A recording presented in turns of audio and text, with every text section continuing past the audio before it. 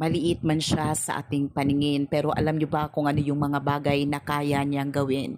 Alam niyo ba kung gaano kalaki ang kanyang paniniwala sa Panginoon?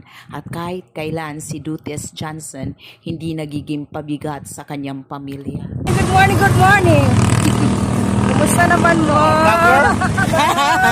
Usman, padulong mi. Pupunta kami ng market with my friend Celine and Paula, my sister. Hi, good morning.